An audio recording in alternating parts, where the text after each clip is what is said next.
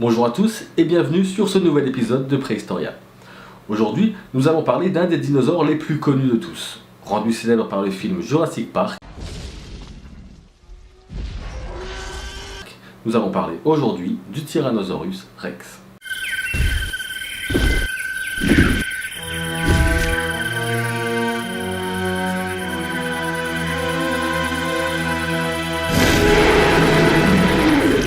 Le Tyrannosaurus Rex, qu'on appelle plus communément T-Rex, est un dinosaure théropode qui appartient à la famille des Tyrannosauridae.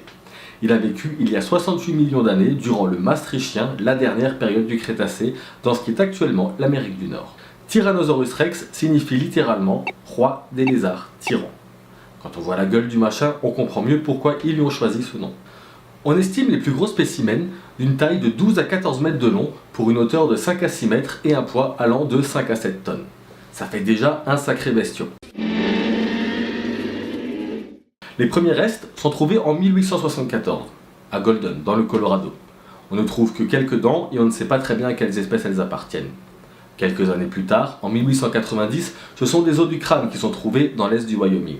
Mais les chercheurs pensent alors avoir trouvé une espèce de grand ornithomimus. Les premiers restes significatifs ont été trouvés en 1902 dans le Dakota du Sud.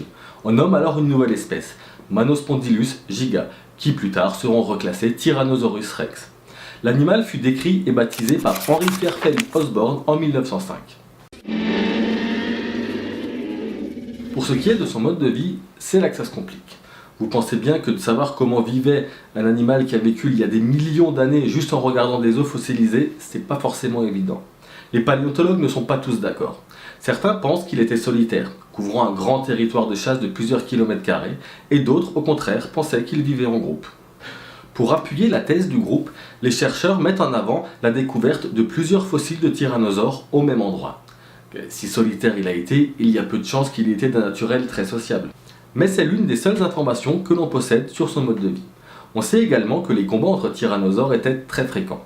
On a retrouvé de nombreuses traces de blessures provoquées par d'autres tyrannosaures sur des fossiles.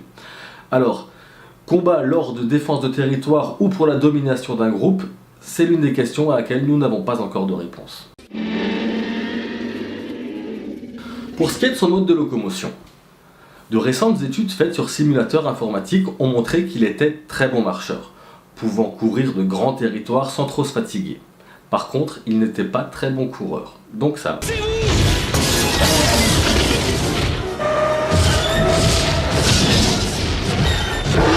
Eh bien, c'est de la science-fiction. D'après ces mêmes études, on sait aujourd'hui que le tyrannosaure ne dépassait pas les 20 km/h. Au-delà, il se serait tout simplement brisé les os des jambes sous son propre poids. Pour l'anecdote, on a même longtemps pensé que le tyrannosaure était un tripode, marchant sur ses deux pattes postérieures et prenant appui sur sa queue. On voit souvent cette image dans les vieux films et il a même été monté ainsi dans les musées au départ. Pour son alimentation, là encore, personne n'est d'accord. Visiblement, personne n'est d'accord sur rien dans le domaine.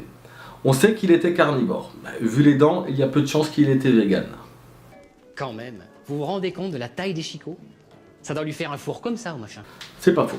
Surtout qu'avec une moyenne d'une vingtaine de centimètres, ça fait déjà des sacrés dents. Là-dessus, pas de doute. Là où personne n'est d'accord, c'est sur ses proies.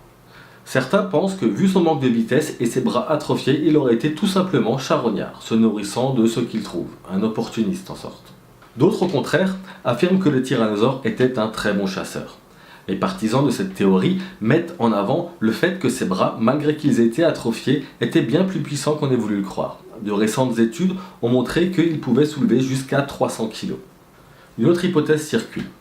Certains pensent que la mâchoire du tyrannosaure pouvait contenir de nombreuses bactéries qui se seraient formées sur les résidus de viande de ses précédents repas. Il n'aurait alors eu plus qu'à mordre ses victimes et les suivre jusqu'à leur mort, un peu à la manière des varans de Komodo qui utilisent cette technique de nos jours. Ce dont on est sûr, c'est qu'il avait un odorat très développé et une très bonne vue. Donc si vous restez sans bouger, Ne faites plus un seul geste. Sa vision est basée sur le mouvement. eh bien il vous verra quand même. Putain, j'en ai marre d'avoir toujours raison. Cependant, une nouvelle découverte vient appuyer la thèse de prédation. En effet, on a retrouvé une vertèbre d'herbivore avec une dent de tyrannosaure plantée à l'intérieur. Le débat reste donc ouvert, mais il n'est pas exclu que le tyrannosaure ait été à la fois charognard et prédateur. On va passer à la question qui fâche. On sait aujourd'hui que de nombreux dinosaures avaient des plumes. Néanmoins, et moi le premier, on n'a pas envie de voir un T-Rex à plumes. Cependant, un rapport sur une étude menée dans le Yixian en Chine nous montre une découverte, Dilong paradoxus. Et comme de nombreux théropodes découverts au même endroit, celui-ci a été préservé dans une structure filamenteuse étant reconnu comme des protoplumes. On peut donc naturellement se poser la question pour le tyrannosaure. Si son cousin avait des plumes, pourquoi pas lui ? Néanmoins, on possède un échantillon de peau du tyrannosaure, et celui-ci nous montre bien des écailles en mosaïque. Il n'est pas exclu que les parties du corps recouvertes de plumes n'aient pas été préservées. Petite mise au point sur ces fameuses protoplumes. Elles ne servaient bien évidemment pas à voler. Elles avaient principalement un rôle d'isolant thermique. On sait aujourd'hui que plus un animal est gros, moins il perd de chaleur. Il n'est donc pas exclu que le tyrannosaure ait perdu les siennes au cours de l'évolution au profit d'écailles plus adaptées à son climat tropical.